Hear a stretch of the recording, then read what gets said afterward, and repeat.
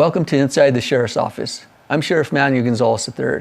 I'm here today with my very special guest and friend, Sid Covington.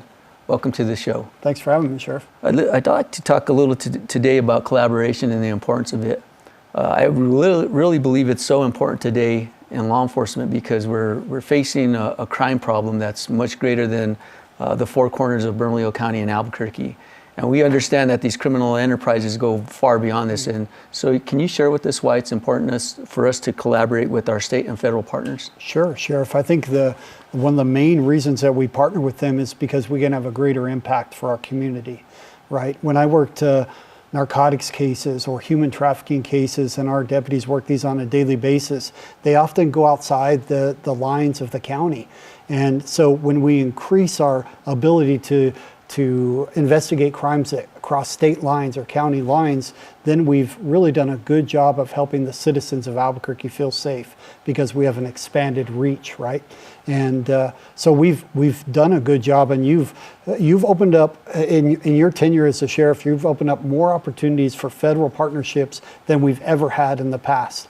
Our task force officers, which are assigned to DEA and the FBI and the Secret Service, they have a huge reach when it comes to apprehending violent criminals. And our deputies, as well as the citizens, they want to live in a place where if somebody is arrested and charged with a drug trafficking crime or a violent crime against a child, they want there to be teeth in the system. And so partnering with these federal partners and collaboration with these outside agencies gives us a little bit of that teeth. That you're absolutely right. And it's also important for the victims. You know, they don't want these cases to fall on deaf ears. They want people to be held accountable, and they don't want a catch and release system.